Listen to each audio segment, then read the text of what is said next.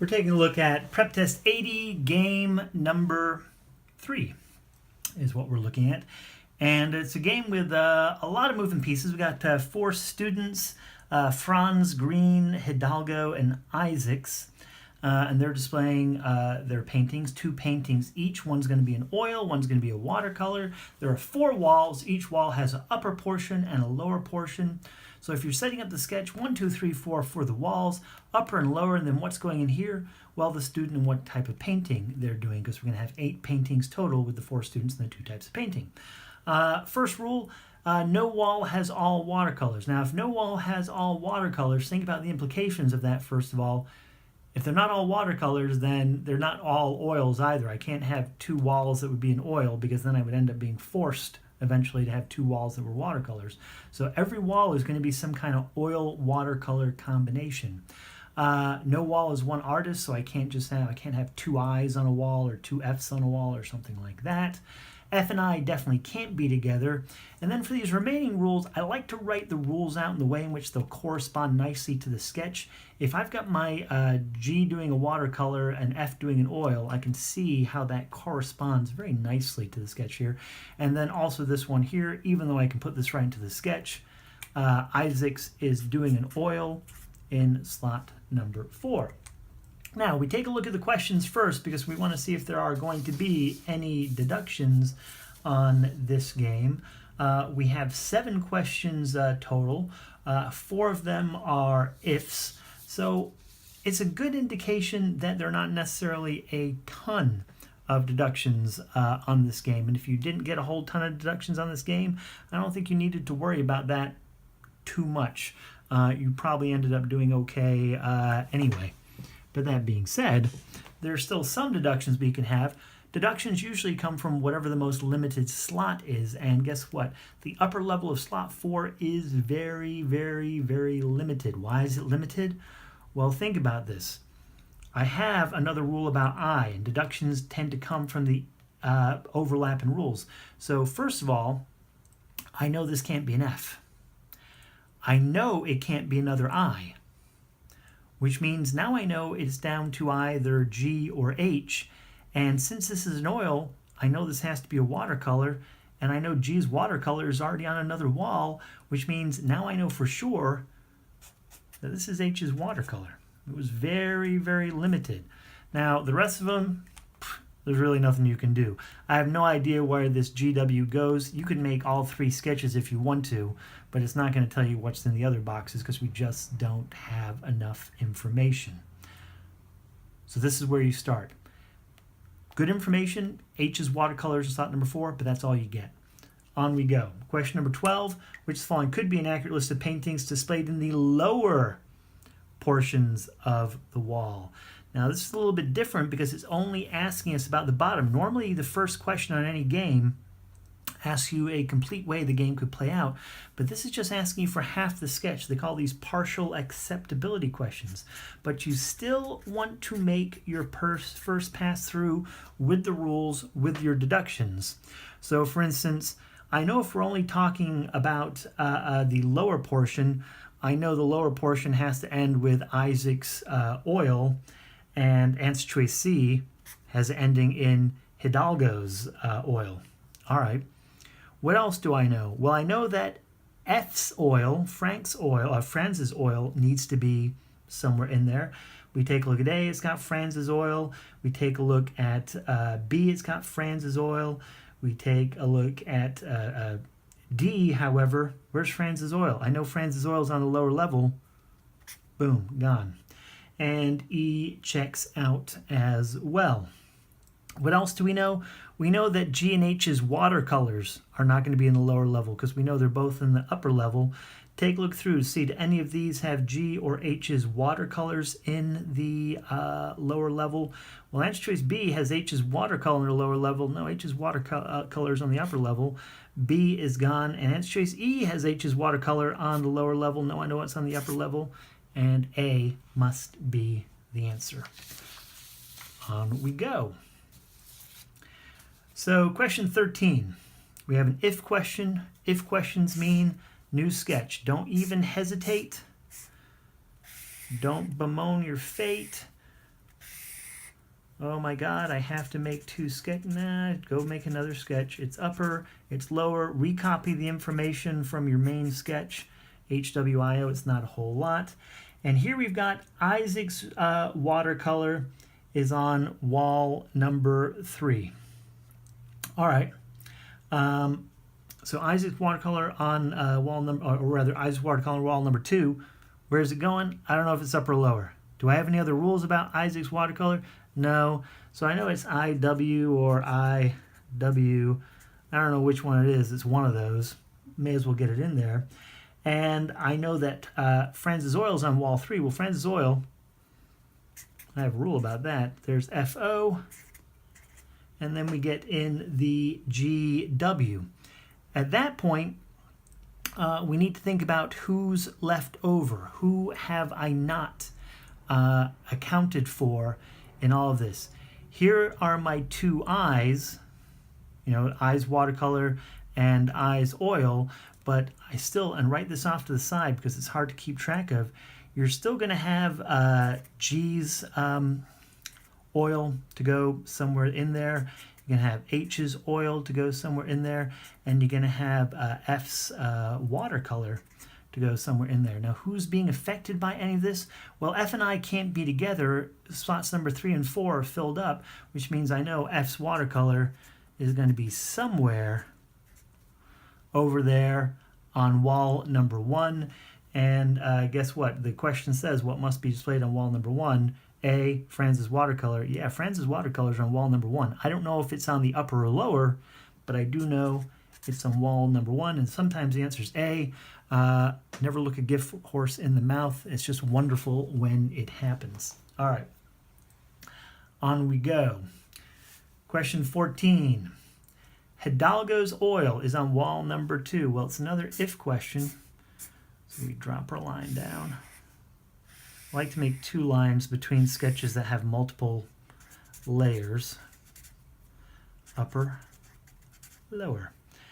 And remember, this is HW, that's IO. And we're going to have Hidalgo's oil on wall number 2. So I got a hoe. I don't know, though, if that hoe is on the upper or the lower. So we're looking for what else could be there. Well, think about what's left over at that point to go into the sketch with it. And you can do something like this. Oil, watercolor, what are these people's names? FGHI, FGHI of each of them. H's oil is accounted for. H's watercolor is accounted for. I's oil is accounted for. GWFO, they're going to be, so there's G, there's FO. There's not a lot of things left over to go in here. So I've got G's oil, F's watercolor, and I's watercolor. Those are the only 3 paintings that really don't have a place to go yet. But because I know that this is an oil, I know the other painting has to be a watercolor, which limits it to F's watercolor or I's watercolor. And in question 14, only one of those is an answer. Answer choice E, I's watercolor, is left over. And 14E, and we're done. Keeping track of your players on the outside of the sketch can be very, very, very powerful. So many people try to keep track of them in their head instead of on the paper. That is a mistake. Remember, you could get games as section 5. That test starts at 8:30 in the morning. What if you're doing games at 12:30 in the afternoon? How many hours did you sleep the night before? Can you really keep track of all of these things in your head under those circumstances? No. Write it down. It's faster. On we go. Now, question 15 is a little bit different, because it says Greene's oil is on the same wall as Franz's watercolor, but unlike the previous 2 questions, it didn't mention a specific wall. When you get questions like this that don't mention specific a number of specific slots to stick things in, work it outside the sketch. And when I say work it outside the sketch, just step outside. There's a box, and that box is going to be GO with FW. What other boxes am I going to have moving around here? Well, I'm going to have this box moving around somewhere as well. GW with FO. Who else is going to be moving around? I know that somewhere there's going to be a box with HW and IO, which means you pretty much know who the fourth box is going to be. You've used your two G's, you've used your two F's, so who's left over at that point? You got HO and IW. Now, you don't know if they're going upper or lower. I'm just putting them in there for the sake of convenience. And I should probably note, in both of these, yeah, I don't really know what order they go in, but I do know they're together. So we're looking for something that must be true, and answer choice D, Hidalgo's oil is on the same wall as Isaac's watercolor. It most definitely is. I don't know who's going upper and who's going lower, but I know that that must be true. Work it outside the sketch. You don't need to force it inside the sketch. You can have these little Tetris pieces moving around outside. It's much more effective. I think you'll like it better, and the answer must be D on question 15. So, 16. Another if question. Drop the line down. We've got Franz's oil going on wall number 1. We got the upper. We got the lower. And repeat your information from the first sketch, HWIO. All right. So, let's take a look here. Franz's oil on wall number 1. I know if Franz's oil is there, then this is GW, and that's a lot of people already taken care of at that point. And you may want to write down who's left over to go in here. I'm kind of running out of room, but let me write down over here who's left over.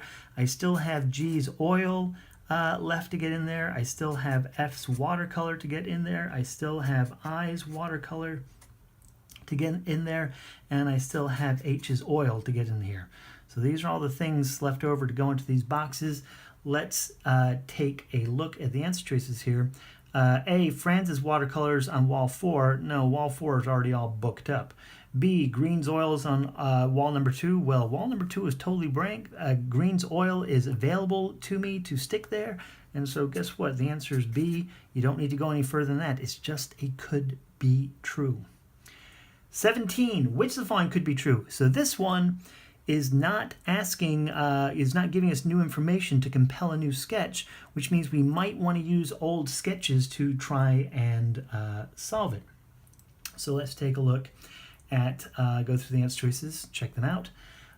A, both of Franz's painting and both of Greene's painting are in lower positions. Well, I know that can't be true, that both F's and both G's are lower, because I know there's an I lower, and so A is already gone. B, both of Franz's and both of Greene's are in the upper. No, because I know at least one H is in an upper. C, both of Franz's and both of Hidalgo's are upper. So could I have both F's up here and both H's? Now on the basis of this, that looks okay. But remember, on the basis of this rule, you know there's at least one F that's in a lower position. So C cannot be true. D, both of Greene and both of Hidalgo's are lower. No, I know there's at least one Hidalgo in the upper based upon my original deduction. And E, by process of elimination, has to be the answer. Both of Greene's and both of Hidalgo's are upper. I know there's at least one Hidalgo upper. I know there's at least one Greene upper. Could both Greene's and both Hidalgo's be upper? Sure, why not? And then finally, 18, we're looking for something that cannot be true. And this is a must be false. And must be false questions are normally based upon deductions. And guess what? At the beginning of this game, we only really had one deduction. And answer choice D says Hidalgo's watercolor's in a lower position. Nah, Hidalgo's watercolor's in an upper position. And 18, that's got to be D. We did all the work. We wrote everything down. How many sketches did we end up making? One master sketch that we didn't even touch. 1, 2, 3. One where we worked some stuff outside the sketch. And we kept track of all of our players here. We wrote out the rules in a way that would correspond very nicely to the sketch. And we are done. How many minutes for this game? ideally something around 9 or 10 minutes. There were a lot of moving pieces. You had students, you had the painting types, you had the walls, you had the upper or lower nature. That's 4 elements going on, which is more than most games like this have going on. But at the same time, as long as you organized the information correctly, as long as you wrote out the rules in a way, and as long as you wrote everything down, you can still get these points. All right, hope that helped.